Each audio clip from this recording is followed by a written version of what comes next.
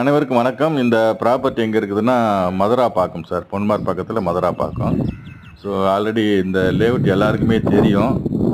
இது பார்த்தீங்கன்னா, உள்ளே ஒரு 12, 15 வீடு கிட்ட இப்போ கட்டிகிட்டு இருக்கிறாங்க. ஆல்ரெடி சேல் ஆயிடுச்சு. இப்போ அதில் வந்து ஒரு பிளாட்டு வந்து 2677 ஸ்கொயர் ஃபீட்டு மொத்தம் அதில் இருக்குது. இது ஒரு சிஎம்டிஏ ரெரா சவுத் பேசிங்கில் இருக்குதுங்க.